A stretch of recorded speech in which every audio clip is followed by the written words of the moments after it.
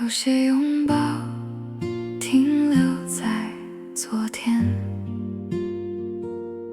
有些名字还留在心底。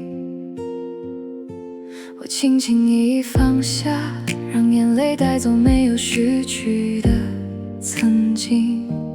曾经因为害怕，把温柔锁在门后，直到呼吸慢慢提醒我，爱从来不是防备。每一次呼吸，胸口还留着没说完的重量。那些悲伤，那些眼泪，此时轻轻敞开心，任其随风飘。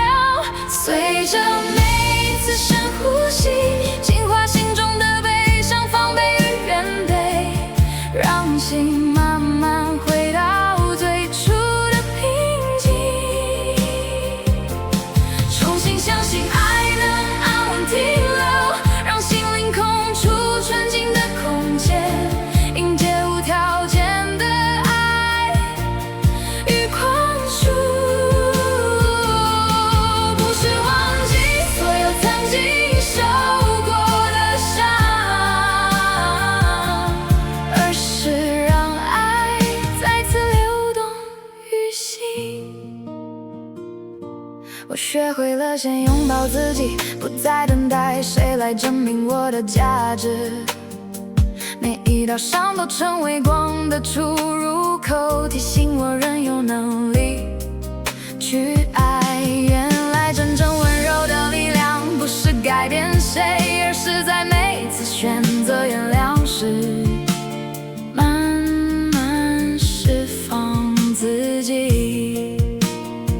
爱没有催促，爱没有交换条件，当我愿意放下控制与害怕，春天就慢慢降临。我知道真正的靠近，不是抓住谁不放，而是带着完整的自己，自由的去爱，也自由的被爱。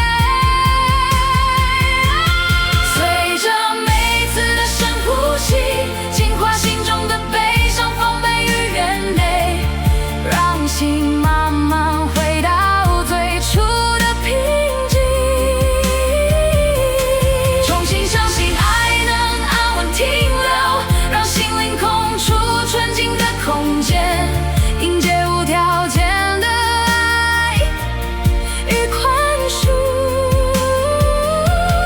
不是忘记所有曾经受过的伤，而是让爱再次流动于心。深呼吸，让心安静下来。今天开始，我愿相信自己值得爱，让爱流动，也流向世界。于是我知道，我一直都在爱里。